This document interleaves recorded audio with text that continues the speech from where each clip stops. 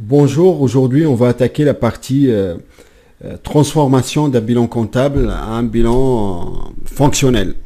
Le bilan comptable, tout simplement, il est composé de deux parties, partie actif et partie passif. Dans la partie actif, on a deux grandes rubriques, les actifs immobilisés, qui sont les immobilisations incorporelles, qui n'ont pas un corps physique, ce sont les immobilisations, c'est-à-dire les biens qui vont servir le cycle ou bien l'activité de l'entreprise tout au long de sa vie en fait, qu'on ne va pas les vendre.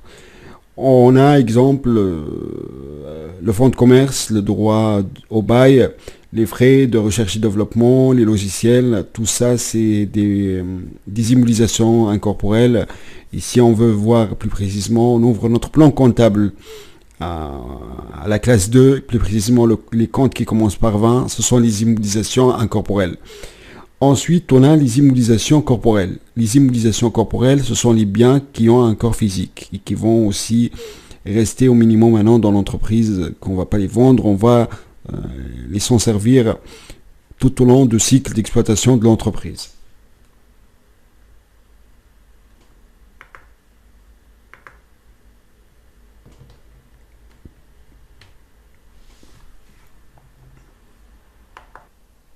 Composition en substance active. Chaque sachet contient 250 mg de paracétamol. Excipient à effet notoire. Sorbitol, E420, saccharose. Lire la notice avant utilisation. Forme pharmaceutique et contenu. Granulé en sachet.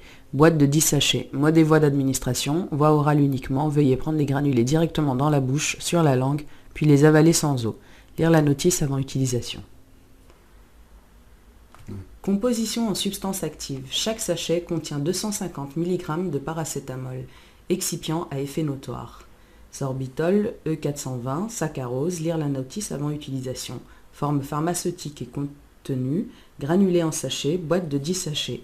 Mode et voie d'administration. Voie orale uniquement. Veuillez prendre les granulés directement dans la bouche, sur la langue, puis les avaler sans eau. Lire la notice avant utilisation. Tenir hors de la vue et de la portée des enfants.